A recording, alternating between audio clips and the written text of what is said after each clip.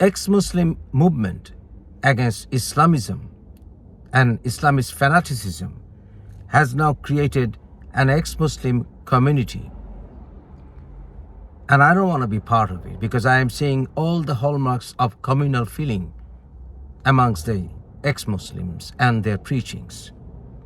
I don't want to be tagged by any name of a community like freethinker, ex-Muslim, etc. because it kills my independent thinking. If I belong to a community, even if that has nothing to do with a belief system, still that communal feeling somehow interferes in my independent thinking. I just want to be known as a man with his independent mind. That's all. I don't want to be tagged by any communal name. I had gathered around ex-Muslims because I was being persecuted for my views against Islamist extremism.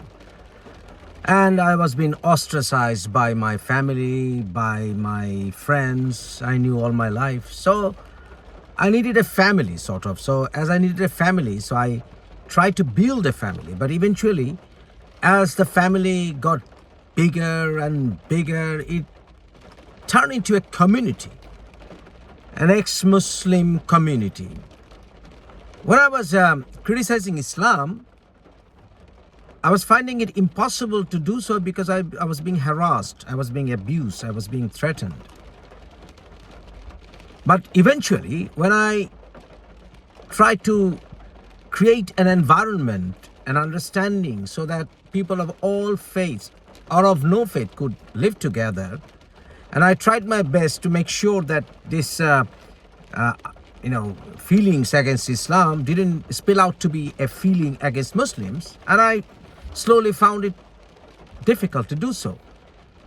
And even when I wanted to reassess my understanding about some of the religious issues, and I started appreciating some of the things that in any religion I found to be good, about which I was wrong in the past, I found it impossible to do so.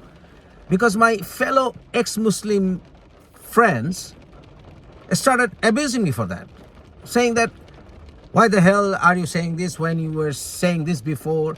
Why do you have to appreciate anything about Islam? We have to kill Islam. We have to defeat Muslims. And it seems that eventually many of them started hating anyone in burqa. They tried to stereotype anyone in beards. But that's not my target. That was never my target. So I thought that it is wrong to be part of any movement which might eventually act like a religion with no belief by default.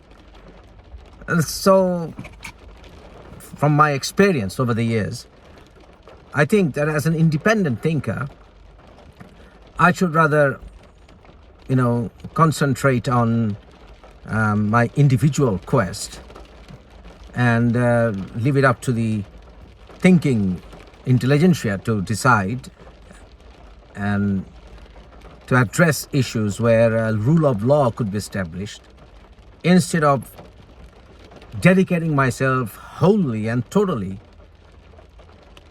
against a particular religion. Because if that religion is bitter in any way, we can't reform it. You can't reform anything, any thought. We can create a new school of thought when it comes to any religion.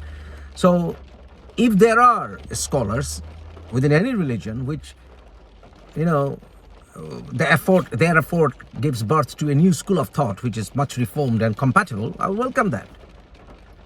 I believe I should eventually try to respect, and I must respect people of any understanding, as long as they find a way to remain compatible in a multicultural society, and that's how it should be.